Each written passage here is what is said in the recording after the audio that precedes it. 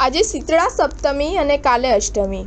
શીતળા માતા ગધેડા પર સવારી કરે છે, હાથમાં કલેશ અને સાવરણી રાખે છે। જાણો દેવી સાથે જોડાયેલી ખાસ વાતો।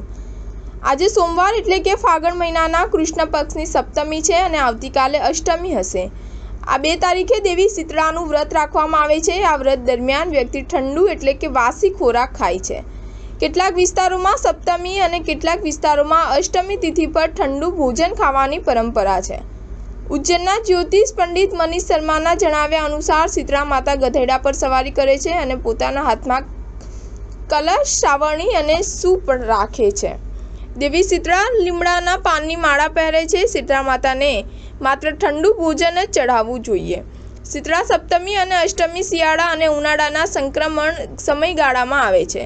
હવે શિયાળો જવાનો અને ઉનાળો આવવાનો છે। 2 ઋતુઓના સંક્રમણના સમયગાળામાં ખાવા પીવાની આદતો અંગે ખાસ કાળજી લેવી જોઈએ।